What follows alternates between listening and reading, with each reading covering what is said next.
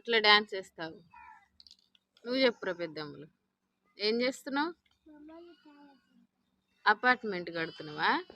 ఇల్లు కడుతున్నావా? అపార్ట్మెంటా? ఎన్ని అపార్ట్మెంట్లు?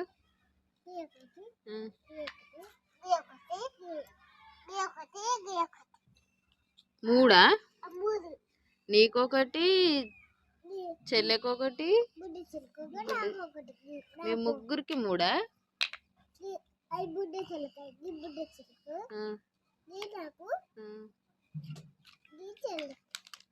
ఓ, చిన్న అమ్ములన్నీ ఖరాబ్ చేస్తుంది.